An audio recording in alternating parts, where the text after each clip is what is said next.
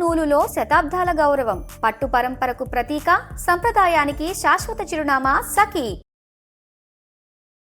Ugadi special ఎపిసోడ్కి స్వాగతం. Suman TV ప్రేక్షకులందరికీ ఉగాది శుభాకాంక్షలు. రమ్మగారు మీకు కూడా ఉగాది శుభాకాంక్షలు అండి. ఉగాది శుభాకాంక్షలు జయ. సుమన్ టీవీ ప్రేక్షకులందరూ ఆయురారోగ్య ఐశ్వర్యాలతో తొలతూగుతూ ఉండాలని కోరుకుంటూ ఉగాది శుభాకాంక్షలు. ఉగాదిలో కూడా వచ్చేసాం, ఉగాది పండుగ జరుపుకుంటున్నాం. ఈ సంవత్సరం వాళ్ళు స్పీడ్ గా అయిపోతుంది, చాలా త్వరగా వచ్చేసినట్టు అనిపిస్తుంది. 24 తొందరగా అయింది అనుకున్నాం, అసలు అప్పుడే మార్చి అయిపోయింది. అవును అవును, కొత్త సంవత్సరంలోకి అడుగు పెడుతున్నాం. ఉగాది అనగానే ముందుగా ఉగాది పచ్చడి, పంచాంగం, ఇవి రెండు మనం విశేషంగా మాట్లాడుకుంటాం. ప్రతి ఒక్కరం కూడా పంచాంగం కోసం ఎదురు చూస్తాం, పంచాంగం వింటాం, పంచాంగ శ్రవణం. ఏ రాశికి, నా రాశికి నాకు ఎట్లా ఉందని తెలుసుకోవటంలో ఎక్కువగా ఇంట్రెస్ట్ చూపిస్తూ ఉంటాం కదరమ్మ గారు. ఈ సంవత్సరం అన్ని రాశుల వరకు బాగుండాలని, అందరూ కూడా ఆనందంతో ఆరోగ్యంగా ఉండాలని కోరుకుంటూ మొదలు పెడదామండి. ఉగాది యొక్క విశిష్టత. సంవత్సర ఆరంభం మామూలుగా మనకి మన కాలగణనం నెలల్లో ఇన్ని రోజులు 2 పక్షాలని, ఇవి ఇన్ని నెలల్లోనూ 2 నెలలు ఒక్కొక్క ఋతువని, ఈ ఋతువుల లైను ఇది లెక్కగా నడుస్తుంది. ఈ మధ్యలో మనకి ఉత్తరాయణ దక్షిణాయనాలు, ఇది ఒక లెక్క కదా. అవును. అయితే ఇప్పుడు మామూలుగా మనం సంవత్సరారంభం అనగానే జనవరితో కొత్త నెల, మొదటి నెల ప్రారంభం అవుతుంది. కానీ జనవరితో అసలు సీజన్ మారేదే లేదు.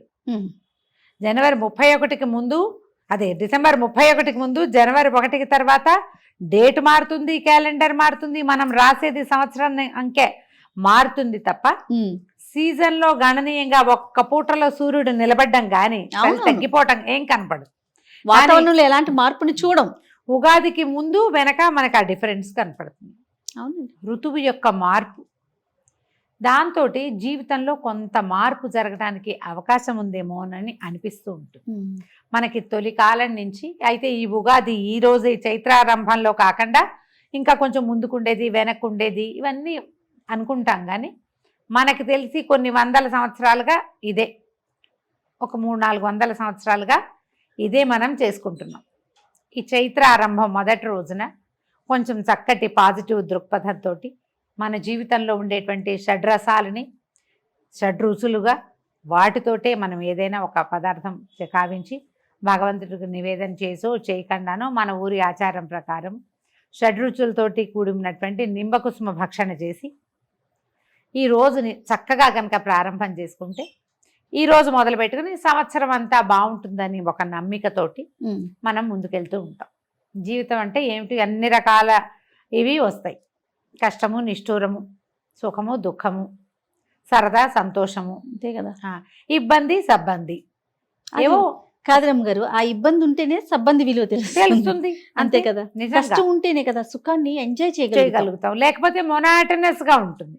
ఈ మొనాటనీ కాకుండా ఒక టఫ్ సిచ్యువేషను, అందులో నుంచి ఈజ్, జీవితం తాలూకు సుఖము, మాధుర్యము ఏమిటో మనకు అప్పుడు అర్థమవుతుంది. అవును. ఆ దాని కలయికే మనకి మనం తినేటువంటి ఉగాది పచ్చడి. దాంతోపాటు మనం పంచాంగ శ్రవణం చేయటం చాలా కాలంగానే మనకి విధానంగా ఉంది. ఈ పంచాంగ శ్రవణం జనరల్గా మనం ఇప్పుడు ఏం చేస్తాం, 12 రాశుల వారికి ఎలా ఉందో తెలుసుకుంటాం.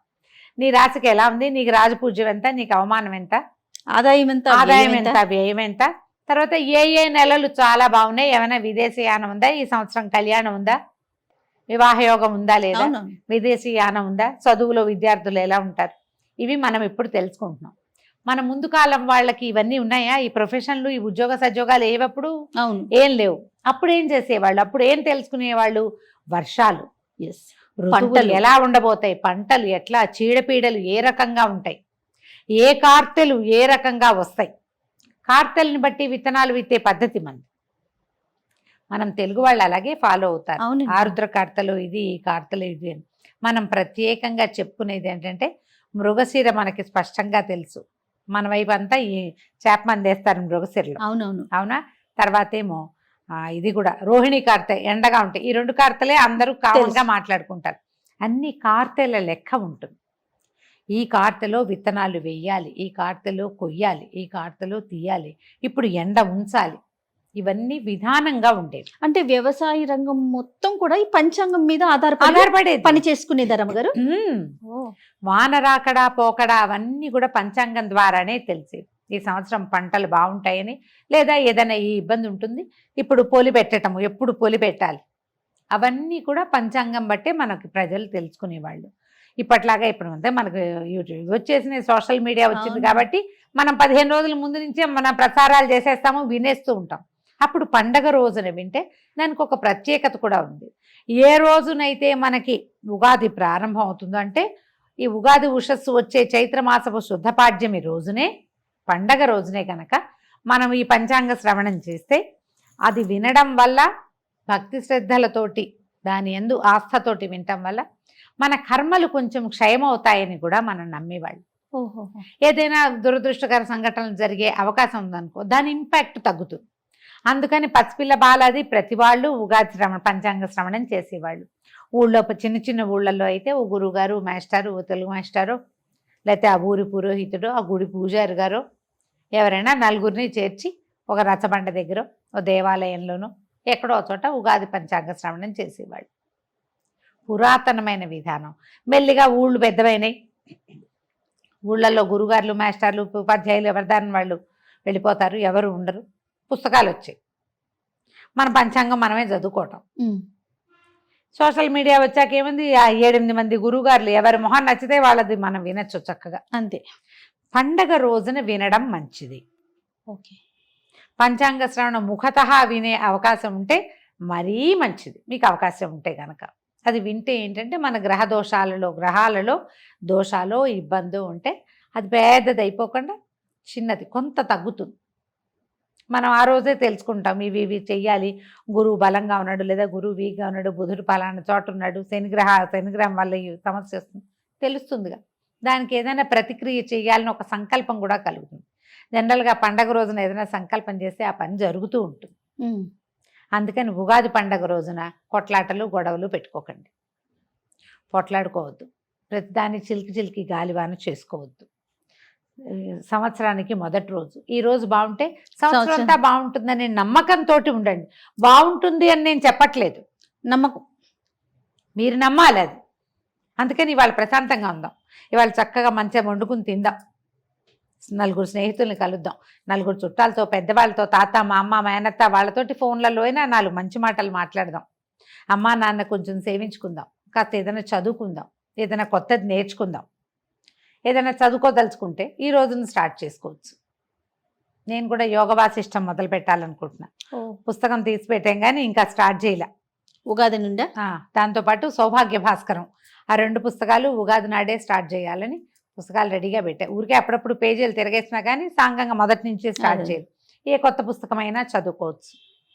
మీ ఆలోచన ప్రకారం చేయండి. ఏదైనా మ్యూజిక్ ఇన్స్ట్రుమెంట్స్ నేర్చుకోదలుచుకున్న వాళ్ళు, కొత్త కోర్సుల్లో చేరదలుచుకున్న వాళ్ళు, వీళ్ళందరూ కూడా ఈ రోజున మొదలు పెట్టుకోవచ్చు. రోజు మంచిది కాబట్టి ఇట్లా స్టార్ట్ చేసుకోవచ్చు. మనం షడ్రుచులు అని చెప్పేటువంటి ఉప్పు, పులుపు, తీపి, కారం, చేదు, వగరు, ఈ 6 రుచులతో కూడినటువంటి ఉగాది పచ్చడిని తీసుకోండి పొద్దున్నే. మీ ఊళ్ళల్లో, మీ ఇళ్లలో ఎలాంటి పద్ధతి ప్రకారం ఈ పచ్చడి చేస్తారు ఆ రకంగా తీసుకోండి. పొద్దున్నే లేవగానే అభ్యంగనం చేయండి. సొంతంగా అభ్యంగనం చేస్తే మంచిది. ఇంట్లో ఎవరైనా పెద్దవాళ్ళు నుండి మన నెత్తి మీద నూనె పెట్టి, కాస్త మొహాన కుంకుమ బొట్టు పెట్టి, నెత్తి మీద నూనె పెట్టి ఓ హార తెచ్చి స్నానం చేయిస్తే పిల్లలకి, పెద్దవాళ్ళకి కూడా, ఇప్పుడు మీ వయసు వాళ్ళకైనా అమ్మలు ఇంట్లో ఉంటే, అమ్మలు ఉన్న వాళ్ళు అదృష్టవంతులు కదా, వాళ్ళతో ఏదైనా ఒక 2 అక్షింతలు వేయించుకుని స్నానం చేసి సంవత్సరం అంతా బాగుంటుంది. అదొక పద్ధతి. మీరు కావాలంటే అలాంటి పద్ధతిని అలవాటు చేసుకోవచ్చు. మేము పిల్లలు పుట్టినరోజులు ఖచ్చితంగా చేస్తాం జయ. బొట్టు పెట్టడం, నెత్తికి నూనె పెట్టడం, పండగ రోజు కూడా బొట్టు పెట్టడం, కాస్త నెత్తికి నూనె పెట్టి 4 అక్షింతలు వేస్తే మంచిది, శుభం కదా. పూజ చేసుకోవటము, దేవతార్చన ఏదైనా మన ఇంట్లో అలవాటు ఉంటే, ప్రార్థించే పద్ధతి ఏది ఉంటే ఆ ప్రార్థనా విధానాన్ని అవలంబించటము, ఎవరికైనా ఏమైనా చేసి పెట్టడము. ఈ కొన్ని చోట్ల ఏంటంటే అమ్మవారికి నివేదనలు చేసే విధానం కనపడుతుంది.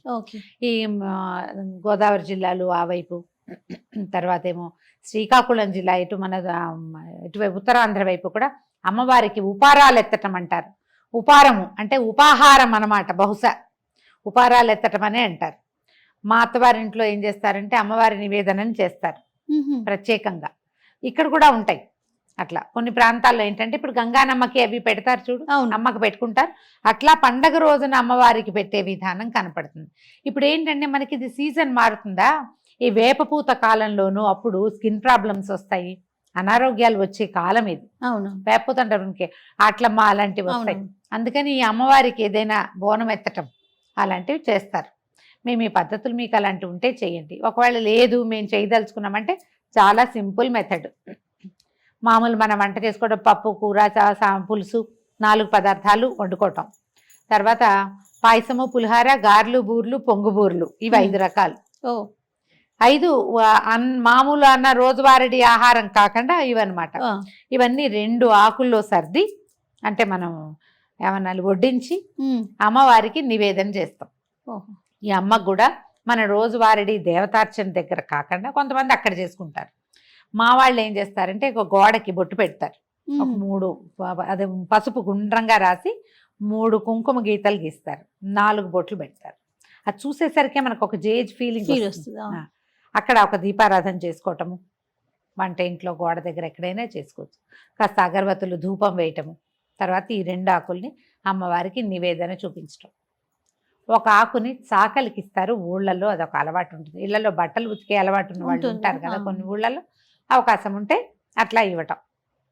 ఎవరికైనా మనకే పని వాళ్ళు ఉన్నారు లేదా వాచ్మెన్ ఉంటారు, ఎవరికైనా ఒక ఆకు మనం వడ్డించిన దాన్ని వాళ్ళనే ఇంట్లో పిలిచి భోజనం పెట్టగలిగారా మహత్తరంగా ఉంటుంది. ఆ ఆకు వడ్డన వాళ్ళకి. 2వ ఆకు గృహస్థు భోజనం చేయొచ్చు, గృహలక్ష్మి అయినా చేయొచ్చు, గృహస్థ అయినా చేయొచ్చు. ఇంకా అది నివేదన కింద అనమాట. ఇలా చేస్తారు. అలవాటు ఉంటే చేసుకోండి. ఈ ఉపారాలు ఎత్తడం కూడా అమ్మవారికి విశేషంగా చేసి అన్ని గారెలు బూర్లు అవి చేసి 9 రకాలు కూడా పెడతారట. ఆహా, కొన్ని పద్ధతులు. అది ఏం లేదు మనమే ఏదో చేసుకుంటాం, బొబ్బట్లు అవి ఇవి స్వీటు హాటు చేసుకుని 2-3 ఫ్రెండ్స్నో చుట్టాలనో పిలుచుకుని భోజనం చేయొచ్చు. మనమే ఉన్నాం, మనమే 4 షడ్రసోపేతమైన భోజనాలు చేసుకోవటం, హాయిగా నవకాయ పిండి వంటలు అవిను భోజనం చేయటం, చుష్టుగా చక్కగా తాంబూల సేవనం చేయటం. ఎవరైనా వీలైతే ఫ్రెండ్స్నో చుట్టాలనో బంధువులనో ఎవరో ఒకళ్ళ బంధు దర్శనం చేయండి, ఈ రోజున మంచిది అని చెప్తారు. దర్శనాలు లేవు మనకు, ఫోన్లు ఉన్నాయి కదా, వీడియో కాల్స్ చేసుకుని ఏ ఊరు వాళ్ళనైనా చూసేసేసి అమెరికా అంతే. వాళ్ళని కూడా హాయిగా ఎవరితోటైనా మంచి మాటలు ఆడుకోండి. ఏదైనా కొత్త నిర్ణయం మంచి నిర్ణయం తీసుకోండి. సరి అయిన ఆలోచన విధానాన్ని అవలంబిస్తూ ఈ ఉగాది పండుగని చక్కగా ముందుకు తీసుకెళ్దాం. మరొకసారి ఉగాది శుభాకాంక్షలు రమ్మగారు. మీకు కూడా జయ మరొకసారి ఉగాది శుభాకాంక్షలు.